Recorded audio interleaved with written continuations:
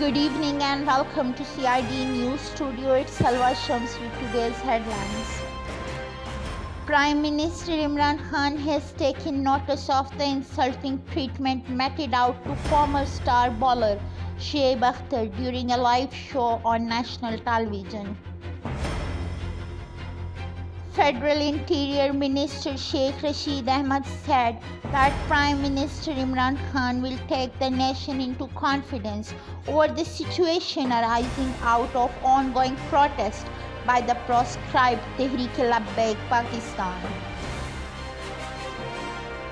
Pakistan and Russia concluded the fourth Russia-Pakistan Joint Technical Committee meeting in the country's federal capital, reaffirming their commitment towards the strategic projects and finalizing the shareholder agreement in November. The National Security Council of Pakistan discussed the situation in the wake of violent protests launched by a banned outfit government and decided to amicably resolve the matter that has disrupted life in the country's most populous province.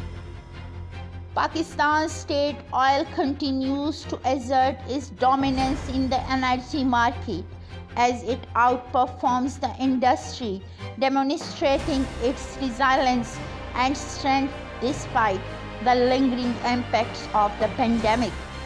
The market leader reported an all-time high net profit after tax of Pakistani rupees 11.9 billion in the first quarter of the fiscal year 2021. Balochistan Awami Party leader Mir Abdul Quddus Bizenjo has been elected Chief Minister of Balochistan as he got 39 votes in the Provincial Assembly.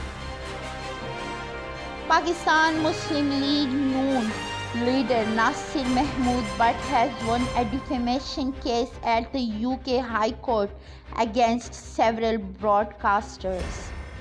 Confident Shaheen will face Inform Afghanistan in match 4 of the ICC T20 World Cup at the Dubai International Stadium today.